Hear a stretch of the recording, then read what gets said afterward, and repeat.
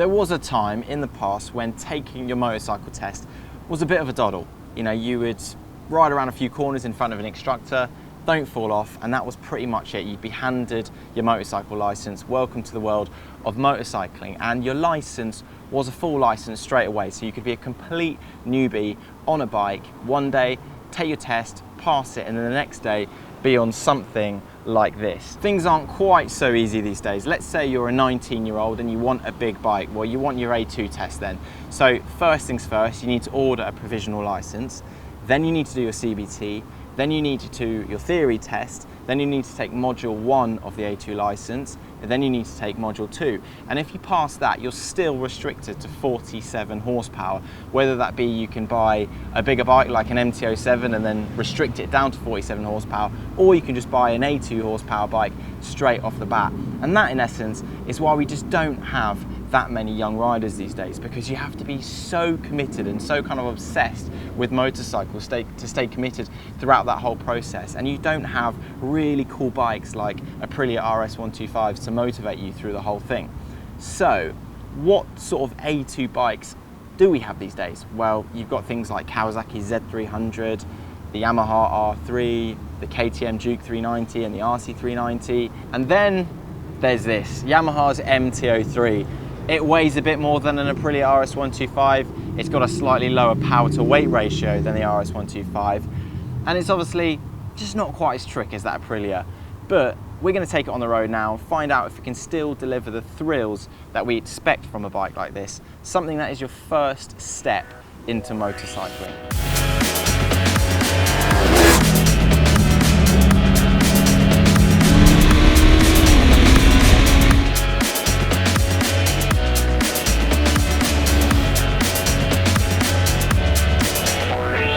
And is it as exciting to ride as a two-stroke? Well, obviously not, but it will still make 42 horsepower, has a fairly two-stroke power delivery where all the power's up top and you really have to rev it out. It will do 70 miles to the gallon, and on top of that, a real big bonus is that it will keep all that engine oil and all those engine parts inside the engine and be reliable, unlike the Aprilia.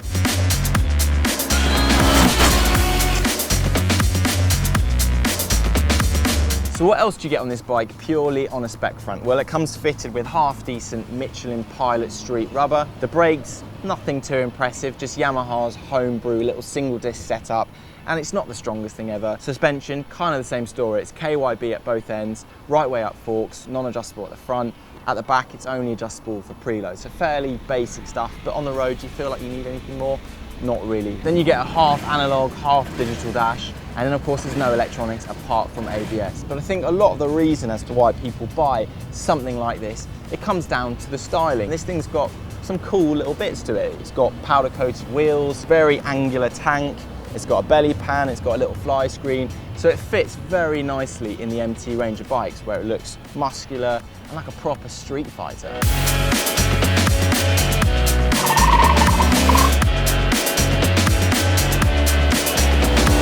Out on the road, the only thing that feels a bit budget about this bike is the braking setup. It's just a bit weedy compared to how the bike looks. Other than that, it is properly fun to ride. It's got a really slick, smooth shifting gearbox. The engine revs all the way up to 13,000 RPM, so you can properly like rinse it out, and it feels quick. And then on top of that, because it only weighs 168 kilos fully fueled, this thing feels like a little fly to ride. It's so agile, so nimble, you can just kind of thread it through corners so nicely. There's also a new licensing ruling which is proposed to come in, which is going to do this bike absolute wonders, because at the moment, if you want to take a big bike test, you have to take it on a bike that's over 390 cc, so something like a CBR 500, and then after you've passed it, that's when you can finally buy a smaller cc bike like this. It makes absolutely no sense. So the new ruling is going to allow you to buy a bike like this, learn on it, practice on it, get used to it, take your test on it, and then it's still eligible to ride after you've passed the test. So that is great for riders who just don't want to ride or practice on a bigger bike, you know, something like that CBR 500. This thing is perfect for it. As I said, it's got the low seat height, so you can flat foot it. It doesn't weigh a lot, so a rider's going to feel super comfortable getting used to this bike and learning on it too. So if you fancy one of these, you can pick them up in either this silver and blue colour scheme or black for £4,499. I think one of the big reasons, other than all the licence malarkey, that people don't buy bikes like this is because there is a bit of bravado in the motorcycling world, and people don't want to buy a smaller bike when all of their mates have got big 600cc or 1000cc superbikes. This thing has got a full-size 14-litre tank. It will do over 200 miles. From the side, it looks like a big bike. It doesn't look like a little puny thing with tiny forks. And then on top of that, I genuinely reckon that on a twisty road, if you fitted this thing with sticky, sporty tyres, you could keep up with your mates on slightly faster machines. It really does have a bit of speed behind it.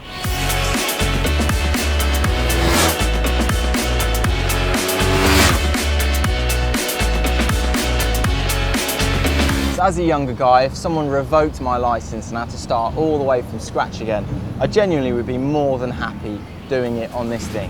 Yeah, I'd miss big bikes, and yeah, it's not got the power of those big bikes, but it's still fast enough. It rules out on the B roads, it's great in town, and as a result of it being slightly underpowered compared to some of the big bikes, it will teach you so much more about riding than those ones. This thing will teach you roadcraft, it will teach you line, it will teach you when's the right time to overtake. And because it's sort of less forgiving, it's actually a lot more rewarding to ride.